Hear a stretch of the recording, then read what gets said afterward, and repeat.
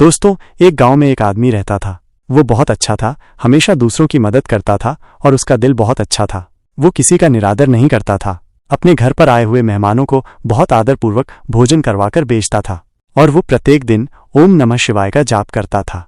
वो भगवान शिव को दिल से बहुत मानता था और उनकी पूजा अर्चना किया करता था। उसके काम अच्छे थे, ये देखकर भगवान भी उस पर बहुत प्रसन्न थे और भगवान उसका हमेशा साथ देते थे। उसके साथ उसके बच्चे, उसकी पत्नी भी उसके साथ भगवान की पूजा किया करते थे। एक दिन की बात है, वो आदमी बहुत बीमार हो जाता है और उसके घर वाले उसको हॉस्पिटल में लेकर जाते हैं। जब वो उसे हॉस्पिटल में लेकर जाते हैं तो डॉक्टर उनको बताता है कि आपको अभी 2 लाख रुपए जमा करवाने पड़ेंगे। अभी के अभी पैसे जमा करवा दो, उसके बाद इनके दिल का ऑपरेशन करना पड़ेगा। लेकिन दोस्तों, उनके पास इतने पैसे नहीं होते कि वो अभी के अभी जमा करवा दें, तो वो बहुत घबरा जाते हैं। वो सोचते हैं कि ऐसी स्थिति में सिर्फ एक भगवान ही हमारी मदद कर सकते हैं और उसकी पत्नी मन ही मन में ओम नमः शिवाय का जाप करने लगती हैं। ऐसा देखकर उसके बेटे को गुस्सा भी आता है कि हमारे साथ इतना बुरा हुआ है, मेरा पिताजी मरने की हालत में है और मेरी माँ फिर भी भगवान को ही पुकार रही है।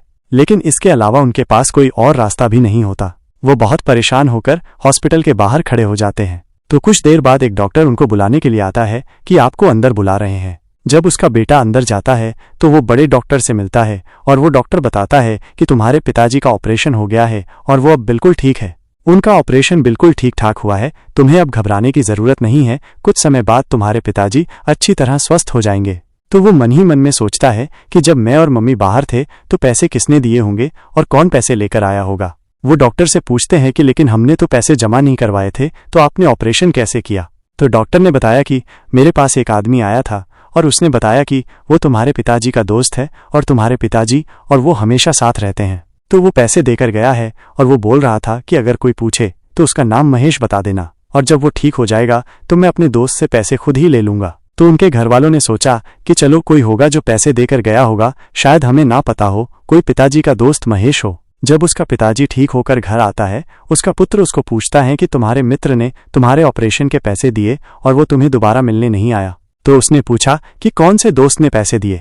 उन्होंने कहा कि उन्होंने अपना नाम महेश बताया है और उन्होंने डॉक्टर को पैसे दिए थे और डॉक्टर को बोला था कि बाद में मैं मिलने आऊंगा तो पैसे ले लूंगा। तो दोस्तों, वो बताता है कि मेरा तो कोई भी दोस्त महेश नहीं है, महेश नाम का मेरा कोई दोस्त नहीं है, न मैं महेश नाम के किसी आदमी को जानता हूँ। तो दोस्तों, ऐसा सुनते ही उसकी पत्नी समझ जाती है कि जरूर खुद भगवान ने आकर हमारी मदद की है और उन्होंने ऑपरेशन के पैसे दिए हैं। और जब बहुत जानने की कोशिश करने के बाद भी उन्हें कोई महेश नाम का आदमी नहीं मिलता और ना कोई पैसे वापस लेना आता है, तो सभी परिवार वाले भगवान के सामने हाथ जोड़कर उनका शुक्रिया अदा करते हैं और बहुत खुश होते हैं कि कितनी